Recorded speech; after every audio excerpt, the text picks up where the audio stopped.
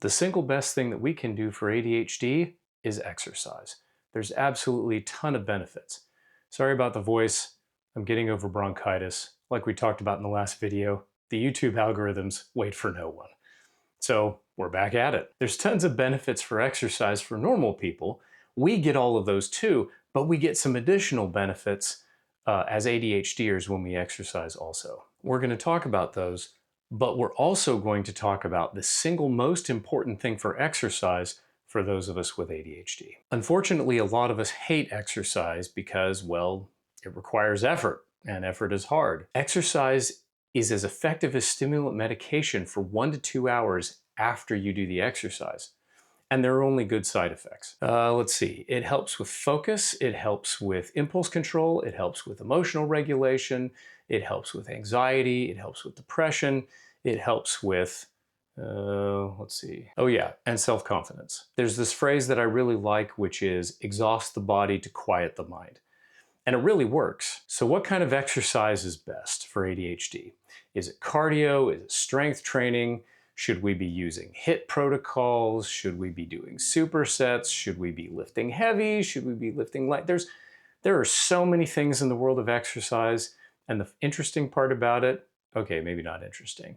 The confusing part about it is that most of it is just noise. The best exercise is the kind of exercise that you'll do. Pick something that's interesting for you, that you enjoy doing, and do it. It's helpful if it has bits of cardio and strength training in it, like at the same time. I'll give you some examples and we'll talk about that in just a second. But if it's not interesting, you won't do it. And then it doesn't matter what kind of exercise it is. But with whatever exercise you choose, here are the 2 keys for ADHD. The first one is balance. And the second one is moving your body through 3-dimensional space. That's it. If it incorporates both of those things, it's good for your ADHD brain. So at work, we've gone through a lot of trainings, and some of the trainings that we have gone through are active shooter type trainings. If you can dodge a wrench, you can dodge a ball. What? And they have the slogan of run, hide, fight, right? So I co-opted that a little bit in order to do the exercise protocol that I do. I've turned it into run, climb, fight. And the reason why it works so well is because all of those things are interesting to me. They all include cardio and strength and balance and moving my body through 3-dimensional space. And those are all the big ones that we really want to hit. It also has the added benefit that all of these exercises, examples that I'm going to give you, are all things that the human body is designed to do. So let's start with running. You can do it anywhere. All you need is a pair of shoes. Check out the book, Born to Run. It's really great, and it teaches us a way to run where we don't suffer lots of injuries. Running is really good for leg strength, it's good for cardio, and it's really good for balance. You're hopping in between your feet as you're moving them quickly. I've been using this barefoot running technique for a decade now, more than a decade, and never had any running injuries. So it works really well. And you don't have to buy expensive shoes, you don't have to buy expensive gear, and you can basically run wherever you want. You don't have to go out and run really hard and die each time. If you haven't run in a long time, start with walking. Just get out, move your body, enjoy it. When that becomes easy, ramp it up a little bit. But when you get to a place where you're consistently running, you want to spend time in zone 2 and zone 5. Zone 2 is the easy running, really light, where you can hold a conversation. You can speak in full sentences. Zone 5 is where you're running as hard as you can, like you're getting chased by a former boyfriend or girlfriend, or maybe even the mail kid who delivers the papers who's coming to collect money.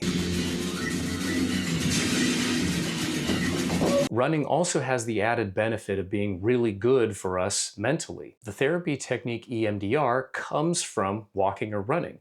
As we move forward through space, our eyes actually shift right to left slightly, and that helps us disconnect our emotions from our thoughts, and we can process our emotions a lot easier. So yeah, go running and talk to yourself while you're doing it.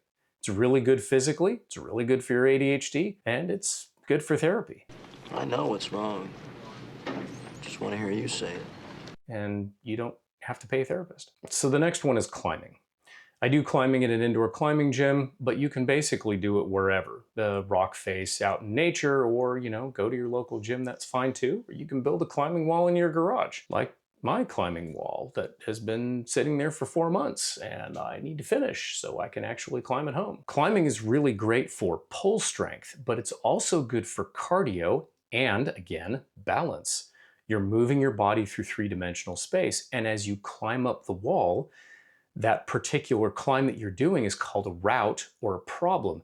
You're engaging your brain in problem solving, which keeps it interesting. And it's really mentally stimulating as you work these problems because you have to pay attention to your center of gravity as you move up the wall. And rock climbing is awesome. The last one is fight or martial arts, where you hit things, pads, stuff like that.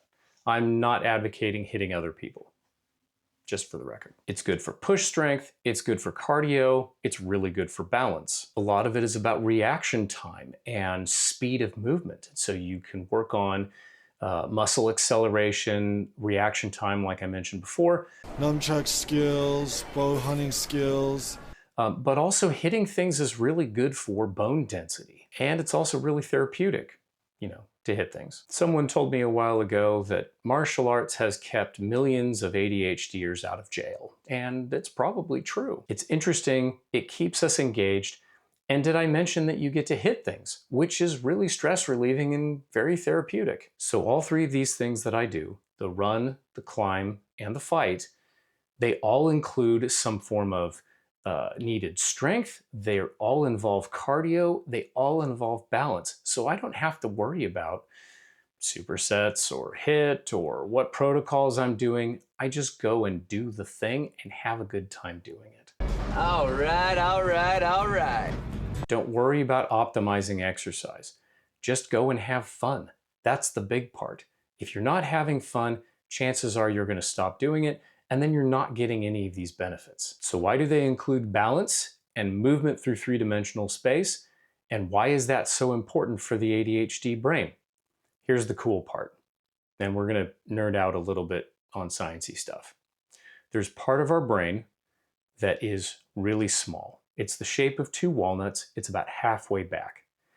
That part of our brain has 70% of the neurons in our brain, so it's very computationally dense. Balance is really difficult, and so our brain is really involved in that region in order to stay balanced. When we exercise using balance, the volume of that part of our brain increases, and we get better at balance. Here's the tie-in. That same part of our brain regulates impulse control and emotions. And so you can't really exercise impulse control very well, and you can't really exercise emotions or emotion control all that well either. When will then be now? Soon.